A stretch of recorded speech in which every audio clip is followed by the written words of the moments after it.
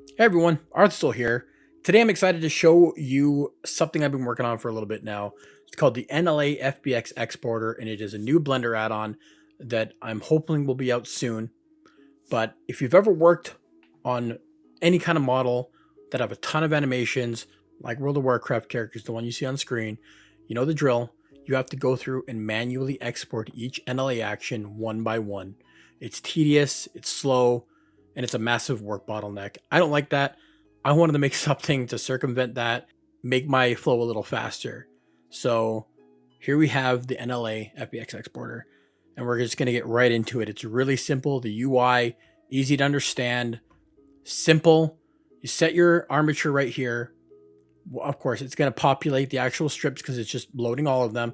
You can do that. It's going to take some time to export them, especially if it's a lot of animations. But if you only want to select a few, just get rid of it. Hit the trash button.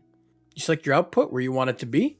So mine is going to go to a folder called Animation Human Male. Got that already set up. Let's say I want a couple animations just to throw in, in Unreal, since I'm a machinima maker. Grab 3 animations right there, hit the plus sign, they're added.